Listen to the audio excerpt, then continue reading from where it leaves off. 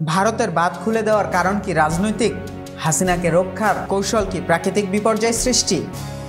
ভারত এবং বাংলাদেশ উভয় দেশই দীর্ঘদিন ধরে অভিন্ন পানির বণ্টন এবং ব্যবস্থাপনা নিয়ে চ্যালেঞ্জের সম্মুখীন।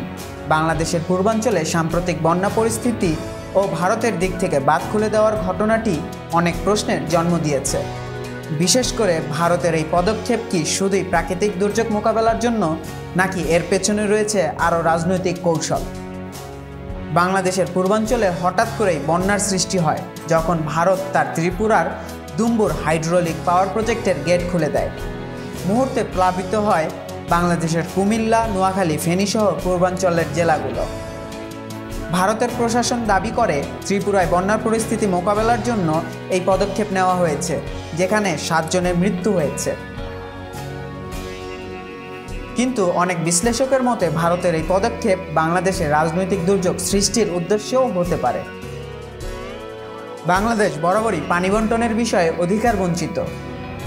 কোনো একটি অভিন্ন নদী, অর্থাৎ যে নদী একাধিক দেশের ওপর দিয়ে প্রবাহিত হয়েছে, সেই নদীতে উজান কিংবা ভাটি কোনো দেশের সরকারই নিজের ইচ্ছামতো বাঁধ তৈরি করতে পারে না, কোনো উন্নয়ন প্রকল্প বাস্তবায়ন করতে পারে না।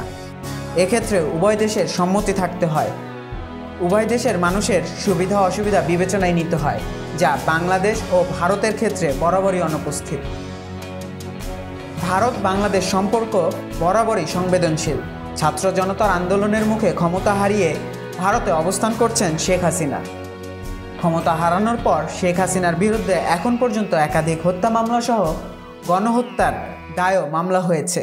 শেখ হাসিনাকে এসব অপরাধের জন্য শাস্তির আওতায় আনার জন্য পদক্ষেপ নেওয়ার পরিকল্পনা করছে অন্তর্বর্তীকালীন সরকার। শেখ হাসিনা ও আওয়ামী লীগের ভারতের সাথে সম্পর্ক অত্যন্ত ঘনিষ্ঠ। প্রশ্ন উঠছে, ভারতের এই পদক্ষেপ কি শেখ হাসিনাকে রক্ষার জন্য নেওয়া হয়েছে? বিশেষ করে এমন এক সময়ে যখন অন্তর্বর্তীকালীন সরকার দেশের সকল খাতে সংস্কারের কাজ করছে এবং বিগত সরকারের সকল অনিয়ম এবং দুর্নীতির বিরুদ্ধে ব্যবস্থা নিচ্ছে। বাংলাদেশের এমন একটি ক্রান্তিকালে ভারতের এই বাঁধ খুলে দেওয়া কি অন্তর্বর্তীকালীন সরকারকে বিপাকে ফেলা ও শেখ হাসিনাকে সহায়তা করার একটি কৌশল হতে পারে? ভারতের সঙ্গে শেখ হাসিনার দীর্ঘমেয়াদী কূটনৈতিক সম্পর্কের বিষয়ে অনেকেই মনে করেন ভারত বরাবরই শেখ হাসিনাকে সমর্থন দিয়ে এসেছে।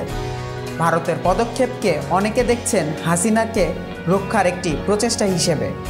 তাদের মতে বন্যার মাধ্যমে দেশের বিভিন্ন অঞ্চলে অভ্যন্তরীণ বিপর্যয় সৃষ্টি করা হয়, যাতে দেশের পরিস্থিতি অস্থিতিশীল হয় এবং এই সরকার জনগণের আস্থা হারায়। বন্যা কবলিত এলাকায় থাকা অনেক মানুষ মনে করছেন ভারতের এই পদক্ষেপ পরিকল্পিত এবং রাজনৈতিক উদ্দেশ্য প্রণোদিত।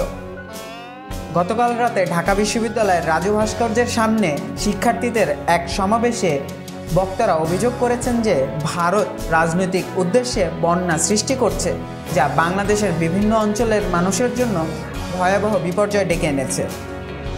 তাদের দাবি, ভারতের এই পদক্ষেপ বাংলাদেশের অভ্যন্তরীণ রাজনীতিতে প্রভাব ফেলার জন্য নেওয়া হয়েছে।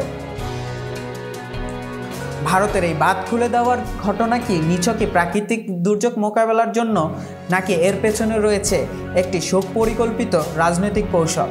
এটি এখনও পরিষ্কার নয়। তবে ভারত বাংলাদেশের সম্পর্কের ক্ষেত্রে এটি একটি গুরুত্বপূর্ণ ইস্যু হয়ে উঠেছে। অবিলম্বে এই বিষয় নিয়ে উভয় দেশের মধ্যে উচ্চ পর্যায়ের আলোচনার প্রয়োজন রয়েছে, যাতে ভবিষ্যতে এমন ধরনের দুর্যোগ এবং কূটনৈতিক জটিলতা এড়ানো যায়।